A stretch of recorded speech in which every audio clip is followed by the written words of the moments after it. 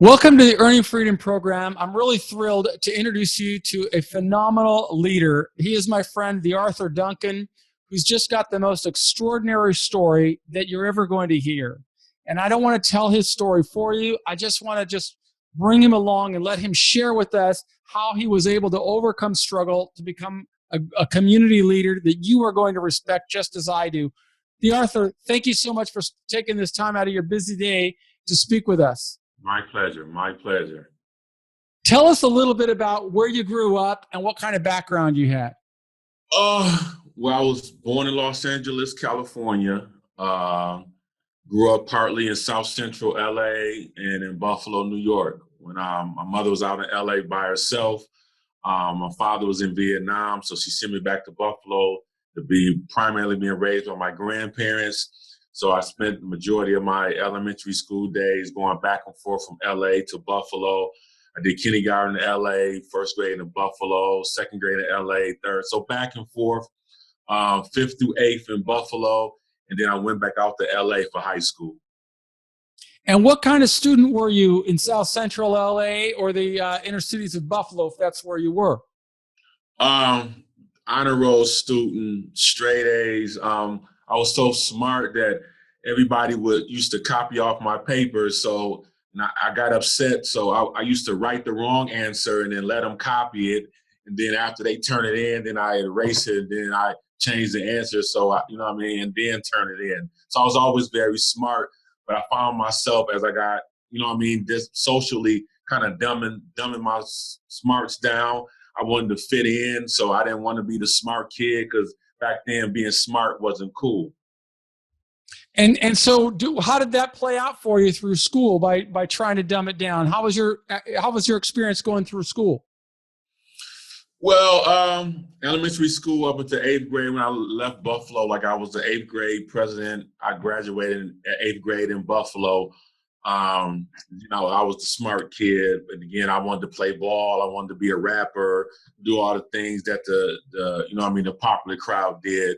So, it got me into crowds that I shouldn't have been in. I should have been, in my books and my studies, but I wanted to hang with the in crowd and stuff. So, at points in my life, it got me into the situation that further into my life got me incarcerated. Well, when did that start? When did you start having trouble with the law? Well, kind of before, I get to that, when I went out to LA, started living with my mother, and my mother was living with her boyfriend and my little brother. And I got out to LA, then I had to get adjusted to the gangbangers out there, the Crips and Bloods. Had some encounters with them. I had a Crip put a knife to my throat, take my jacket.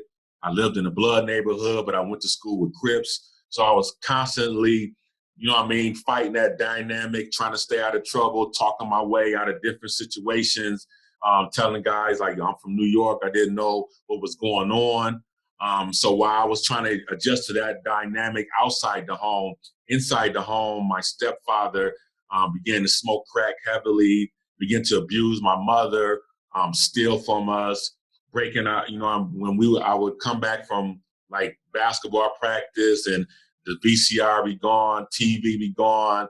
He even stole my basketball trophies. He started hitting on my mother. Even after my mother kicked him out, he would bam on the doors 3, 4 in the morning, keeping us up. So, and it got so bad that the drug dealers threatened to kill him and my mother if the drug debt wasn't paid. So, after that, the drug debt was eventually paid, but that kind of left a sour taste in my mouth being in LA. So I decided to go to Buffalo to catch a break from this everything that was going on in LA. When I got to Buffalo, my friends I went to school with back in elementary, they were all selling drugs.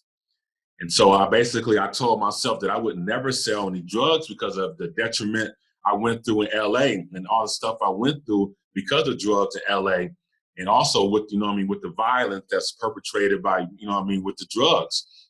But these guys were my friends. I grew up with them since like kindergarten when I was in Buffalo, and I kept hanging around them. They started buying me things, taking me places. I tried to work, but I really couldn't work because I was too busy hanging out with these guys. And eventually I had my oldest son, and now I had a mouth to feed.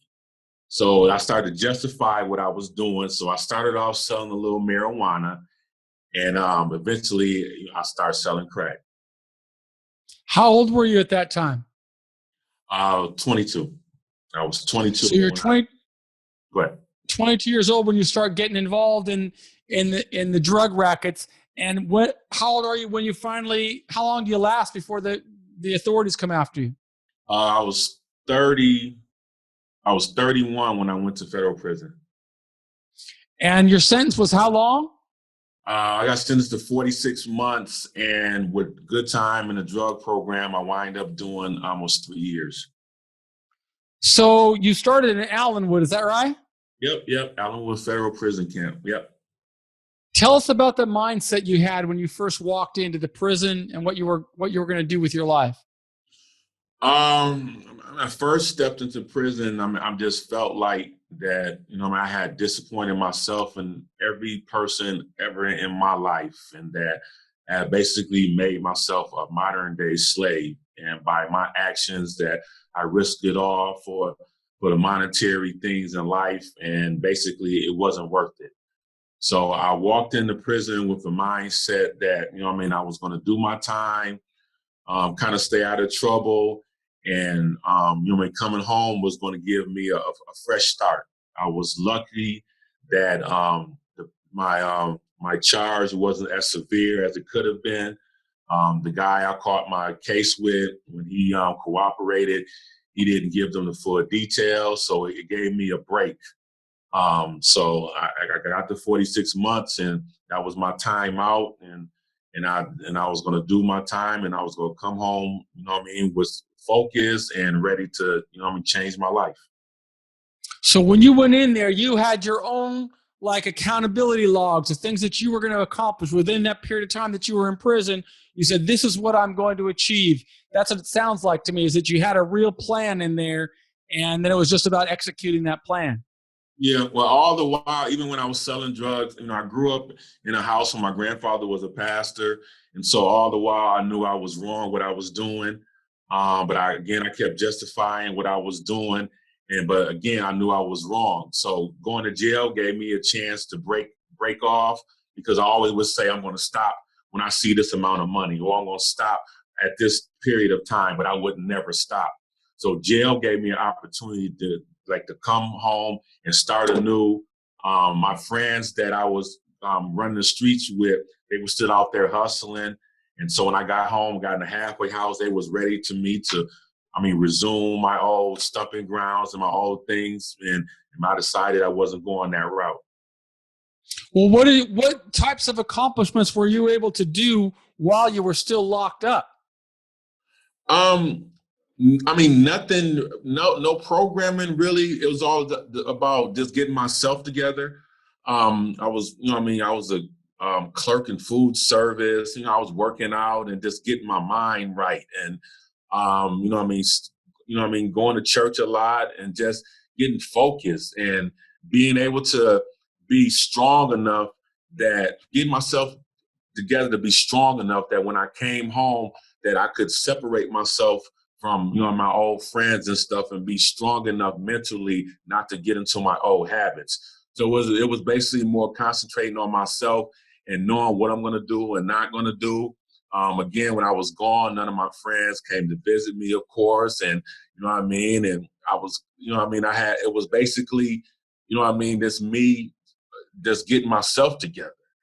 And so I was able to get myself together and get right and be focused on what I was going to do when I got home. And basically I left my pride in jail, that I was, that I would be able to come home and not have that pride of being a drug dealer and driving big cars and all that. I wasn't about that anymore. So I came home, I caught the bus, caught the train, but I felt good because I wasn't looking over my shoulder no more, waiting for the police to come get me. So before you went into prison, how far did you go in school? High school diploma. I graduated from high school. You graduated high school, then you get involved in the drug business, then you go to prison, and you get out and you're trying to find a way to break away from the criminal lifestyle. So you've already got that discipline because you worked on yourself while you were in prison. Yep. Tell us a little bit about what you were able to do, even, having a felony background. What did you do with your life after you got out of prison? I mean, well, with this, the difficult part comes in that, getting out of prison, getting in the halfway house, I couldn't find a job. I almost went back because I think I had 3 months to find a job and I couldn't find a job. So I'm thinking, I don't know. What year was that, Arthur? 2003. So 2003. Yep. So I almost went back because I couldn't find a job. And I had a little pride because I wasn't trying to do fast food restaurants. So at the last minute, I did find a job driving people in wheelchairs at a wheelchair van service. And they gave me a chance. They gave me a chance. They gave me a job. And so that kept me out. Now I had to go back to jail. I finished my 6 months in the halfway house. And I actually stayed working at that job. I did that for probably about 7 years. And I did it while I was going to school at the same time. And the job allowed my schedule to be flexible enough that I could work 40, 50 hours a week driving a van and attend college full time.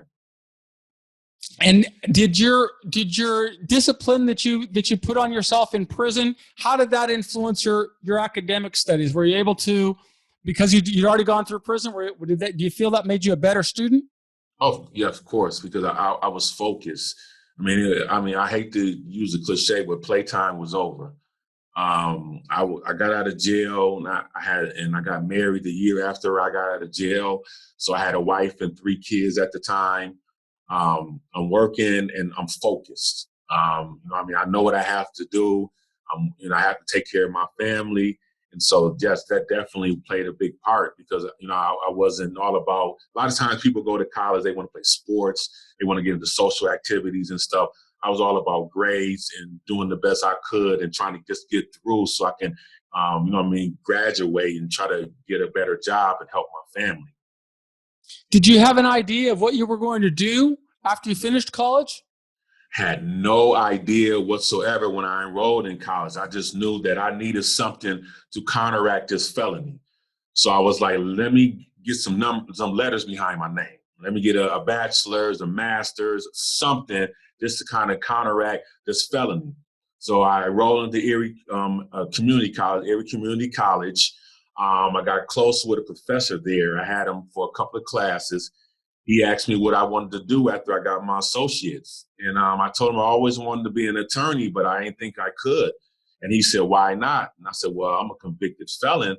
And I just did like 3 years in federal prison. And he asked me, he said, does that bar you from becoming an attorney in New York? And I assumed it did. And that's one thing I tell people when I do my speeches and I talk, and I was like, don't assume anything. And because if I assumed that, I wouldn't have never look into it. But he took it upon himself and looked into it for me, came back and said, there's good news and there's bad news. He was like, the good news is that there's no bar to becoming an attorney in New York State. And I said, well, what's the bad news? He said, well, the bad news is that it's discretionary and that you're going to have to get your associates, get your bachelor's, get your Juris Doctorate, take and pass the New York State bar, amount all this school debt, these loans, then go in front of this committee, lawyers and judges, was called the Character and Fitness Committee, and they can tell you no. So basically, it was whether I was wanted to take that chance or not. Wow! So what an awesome struggle ahead. I mean, you've got on the one hand success from holding yourself accountable while you're in prison, getting out, going through the struggle of a low-paying job while simultaneously going to school, holding yourself accountable to get it through all those courses, and then here a dream of being an attorney, but there's still like a long ways to go after that. Tell us how you ended up getting through that process. What did you do next? It was difficult. I bust my butt, and I graduated from junior college with like a 3.6 GPA. I got into University of Buffalo undergrad. I graduated there with honors with like a 3.5. But then I couldn't get into. Did you do this right after the other? So out of prison, into community college, Out of community college, then into Buffalo right away? Yeah, I got out of jail in I got out of the halfway house May 2003. I enrolled into junior college that January of 2004. So a little like 7 months later, after I got out the halfway house, I graduated from ECC, which is a community college. Went straight from there to my 4 year. After I graduated with my bachelor's, I didn't get into. We only have one law school here, University of Buffalo, and at the time, I'm married with a wife and 4 kids at that time. So I couldn't leave the family. I got on a wait list at the University of Buffalo Law School. I didn't get in, reapplied the next year. So I just worked another year, reapplied the next year, didn't get in again. So at this time, I'm like, and I had got into other law schools. So I had to convince my wife that it was best for the family for me to leave for a year to pursue my dream. And so I wind up going to my first year law school in Cleveland, which is a 3.5 hour drive from Buffalo. My first semester there, I almost flunked out because I was basically commuting.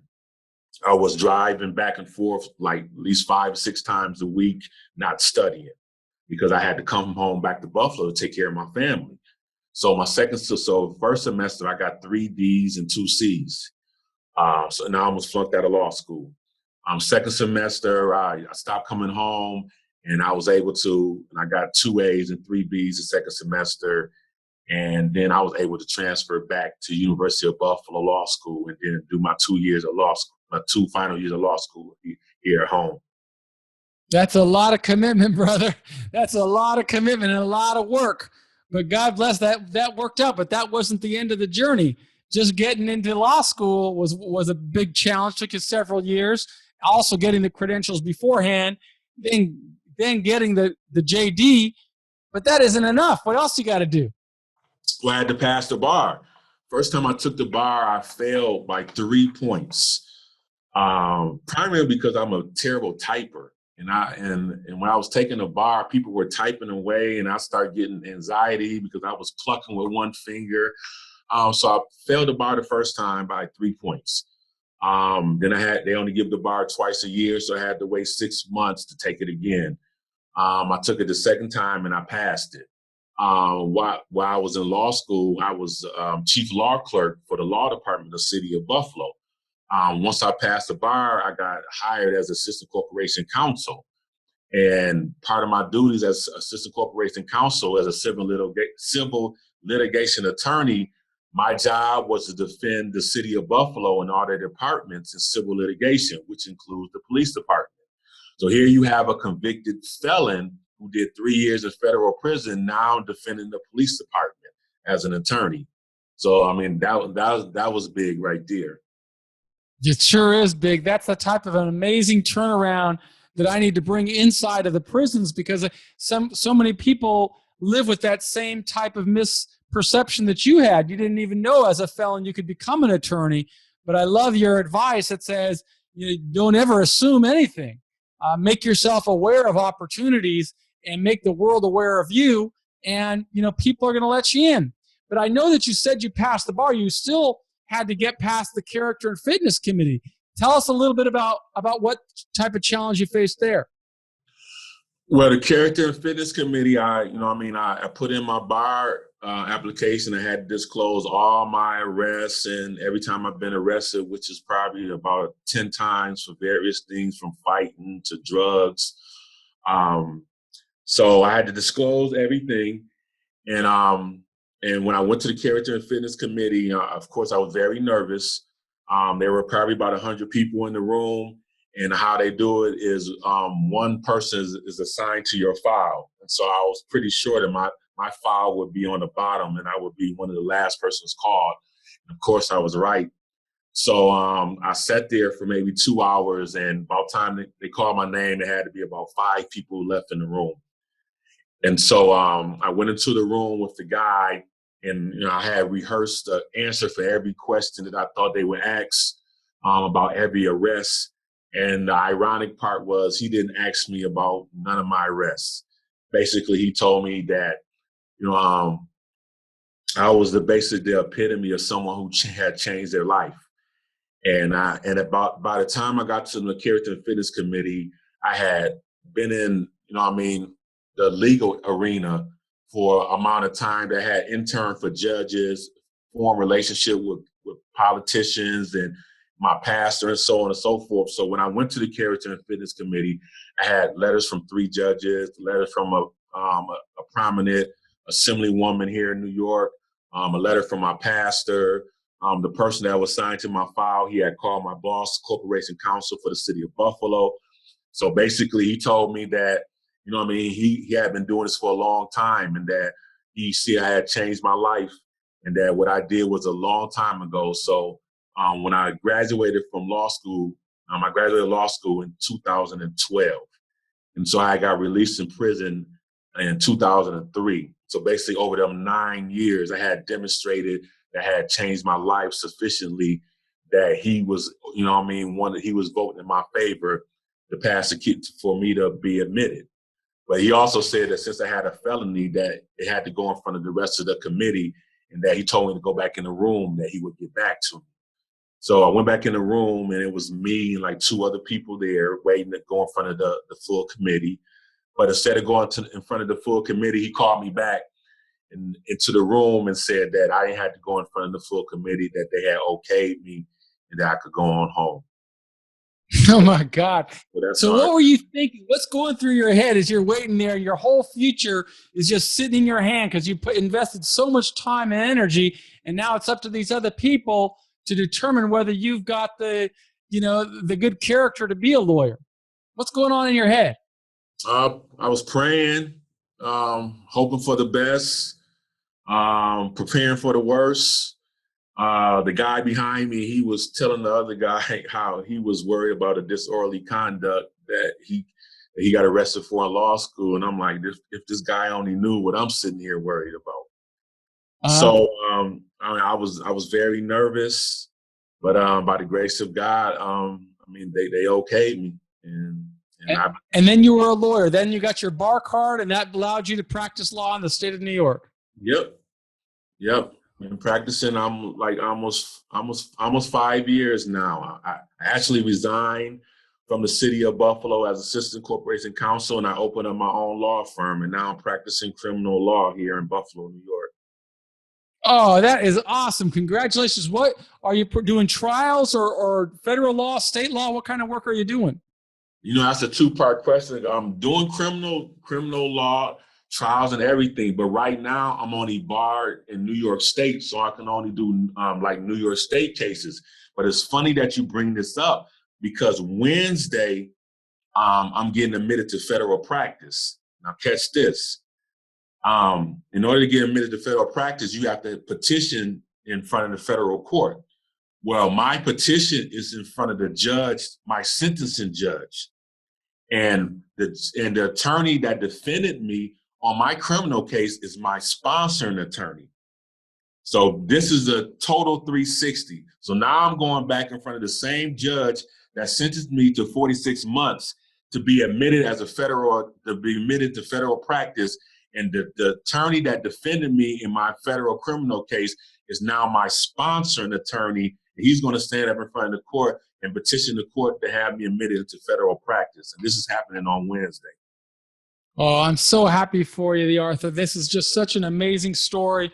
And you're such an inspiration to everybody who's in prison, who needs to recognize that if they put forward the effort, they can overcome past decisions and build a brand new life. Now, I know you didn't only go to school and become an attorney and all these other things. You've accomplished other things as well. And I'd love to see that book that you created, and tell us a little bit about what you're doing in there. This book was therapy for me. I wrote this book, and this is about my journey going from a felon to an attorney, hence the title, Felon Attorney. And basically, I wrote this to inspire. And I wrote this for people to know that, the same way that I got out of jail, that you can get out of jail and do the research and find out what you can and can't do. I also wrote it for people that's in a position to give jobs, in a position to write letters of recommendation, to be able to say, okay, we're going to help this guy because look what the Arthur did. So they can point at me as someone, a reference, like the Arthur changed his life and look what he did. So we're going to give this person an opportunity too. And so that's one reason why I wrote the book. I had some individuals saying that I shouldn't put my story out there, but I mean, the way I changed my life is, and the way I've been blessed is not something that it was meant to be kept a secret. You know what I mean? It's my hope that people read this book and they're motivated by it and inspired by it. I'm not saying everybody can become an attorney, but you can be someone successful in society. You know what I mean? Whatever it is you want to do the research. Don't assume you can't do it.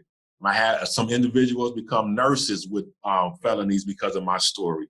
People told them they couldn't become registered nurses, but they didn't believe them. And because of my story, they're registered nurses. So that's why I wrote this book, in hope of inspiring people that they can change their life and be productive citizens. Well, the Arthur, I just want to thank you so much for giving us that inspiring story. And I really wish you continuing success in your journey. I will do my best to take your story inside of the American prisons and show more people what's necessary, how, if they keep fighting to become a better citizen, they can go from being a felon who's prosecuted to being represented by the legal institution, and just build a better life. And I know you're going to be an awesome federal attorney, and I know you've got a lot more success in your life, and I'm just so proud to call you a friend. Appreciate it. Appreciate you reaching out. I'm just trying to do my part. I mean, I got to give back. I did a lot of bad things in my life, so this is my journey to try to give back. Well, we're all inspired by you, as well as by other leaders like Mandela and Viktor Frankl and Malcolm X and all these people that have gone through struggle but came back to society to become successful. That's what this show is about. That's what this program is about. And I'm just so glad that you were able to share your story with us. Appreciate it. Appreciate you having me on the show again.